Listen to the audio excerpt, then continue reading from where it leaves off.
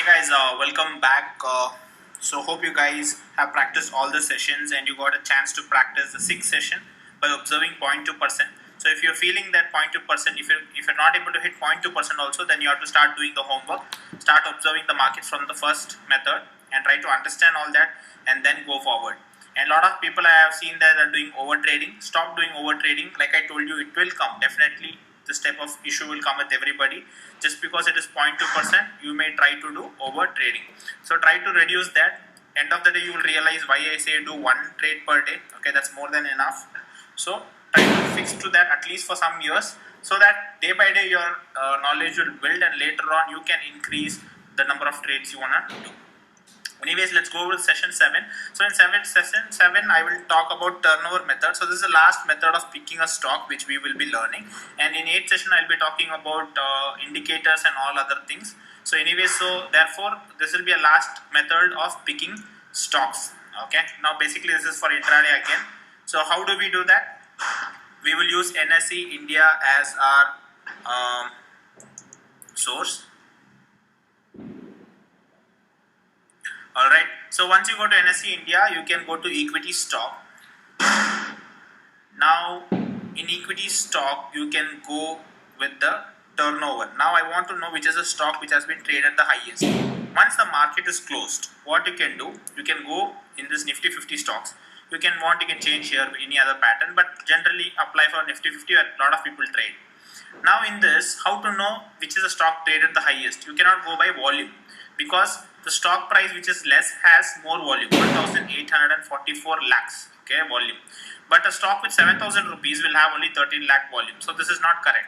So it matters is turnover. So your money, how much money is being traded, buying and selling, all that, okay. So now, let's say I'm clicking on this. Now I have the highest turnover traded stocks. Let's say Tata Motors is the highest traded stock. 3,000 crores has been traded in this. Yes Bank is the second stock and Reliance is the third stock. Now, like I always tell you, go with stocks above 100 rupees. Now let's say Tata Motors and Reliance. Always pick at least two stocks, Tata Motors, and let's say next is 100 rupees above is Reliance. So two stocks I picked. Highest traded. Lot of people have traded. Doesn't matter it is green or red color. Whether it is going up or it fell down today. Lot of people should trade for some reason, either good news or bad news. Now what will happen? These are the stock, because of some good news people are trading, because of bad news people are trading. Okay, so they do BTST, buy today, sell tomorrow. Okay, because considering there's a good news coming after the market close, later on tomorrow it will open, gap up, so they can sell it. Or else, what if there is a bad news? A lot of people will get to know today the stock fell. Investors who had invested will get to know tomorrow morning, they will put their orders and keep, and it will exit. So the stock will be volatile. So these stocks tend to be volatile the next day also, at least for half an hour or whole day also. So these stocks tend to move either direction, up or down. Now what do we do using these two stocks, Tata Motors and Reliance? Tomorrow what we do? We use the Gann square. Now hope you remember what I taught you in Gann square, and I told you I will tell you a method which you can use for Gann square. So let's go again to pivot trading. Now tomorrow when the market opens, apply the open price. So 9:15, let's say 9:11, 9:12 only, you will get to know what is the open price of these stocks. So put that open price. Now let's say in this case 151.90. Imagine tomorrow it opened at 151.90 it opened. So you can immediately calculate by 9:11, 9:12 and see what are the values. So your buy above is 153.14. Let's say round off 153.20. Sell is around 150. So you will put your order and you can at least observe till somewhere near the first target of Gann square. In this case it is 2%. Okay.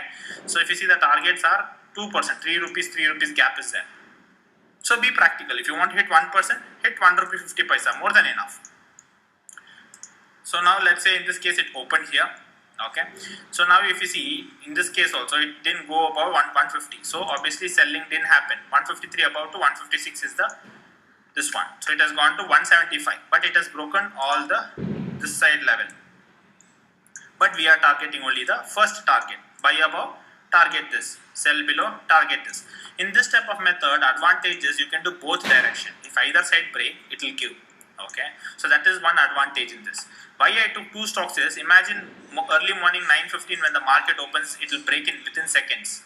So don't take that stock. If it's broken this and this level, don't consider that trade, cancel it, because by the time you put order, if it is already broken, no point in putting. When it comes down, it will activate and go against you. But if it is not yet broken, then you can take. So imagine, let's if say Reliance, then if this is already broken, then go to Reliance, take the value of Reliance and type it there. Let's say 1445, type here, calculate and keep what is the value for Reliance, buy above and sell below. Are left for the target of orders. Within seconds, by the time you type, it will break and go off. So be very careful when it's very close near resistance or support. Don't take such trades, take the opposite side. Okay, so you can observe this also. Now don't put your money blindly like this. The strength of our learning is observation. So observe this in the market every day, how it moves. In the volatility only, you can see the stock moving and getting at least target 1 of Gann square. That is the speciality of this Gann square. Be very mindful while taking orders. If it is very just close to it, ignore in this case like this. If it is in middle, you got to consider both direction. But here you would have considered one direction because this is somewhere close to this value. Alright. So this is how you use Gann square. For this morning only, you can put your orders and finish your trade. And it's very little bit risky also. You should be very careful. The stock keeps moving up and down. So during that time, the stocks, you should be able to tweak your stop losses also. But just observe, you will get an idea. The idea is to get more ideas how to pick stocks and get advantage when the movements happen. Alright, so that was basically what I wanted to share, the last method which you can do. Now, a lot of people had a few doubts that which method to use, how to use and all that. So now, by practicing all this, you will have so many methods. Now, by practicing all these methods, by now you should know which method is working and which method is less effective. And you should concentrate on the ones which are more effective. That is how you have to come up with. If you are not practiced, it is very difficult. Go back and practice all the sessions. That's what I will tell you. So practice and then come up with a method which helps you. Now you would have seen me entering into stocks before the stocks breaking. Like for example, now you will be looking at top 10 gainers and losers, and in my live trading videos I enter before and all that. For example, iBull Finance, I took all that before breakout and all that. So there are two things how you can take. One is high risk and one is low risk. That is high risk and low risk. Now the call is with you, whether you want low risk or high risk. If you want to take low risk, wait for candlestick breakout. Only if it breaks, then trade. If not, don't trade. Discipline, at least for a stage. But once you get that experience, once you know that when a stock moves, it's a feeling. It's not like you will know exactly the stock will move. When you look at Nifty 50, what I taught you in 5th session, when you compare that with the stock, is the stock recovering, is the stock spiking up? When you observe, you get to find stocks. So that time you buy at current market price, like how I do. Okay, but remember, there is a high risk. If it goes against me, I do averaging out. What is averaging out? 100 rupees I took a stock. I took one share, imagine. 100 rupees I took. Suddenly the stock price went to 98 rupees. Okay, so I'll buy one more share. One share here, one more share here. So my average price is 99 rupees is my average buy.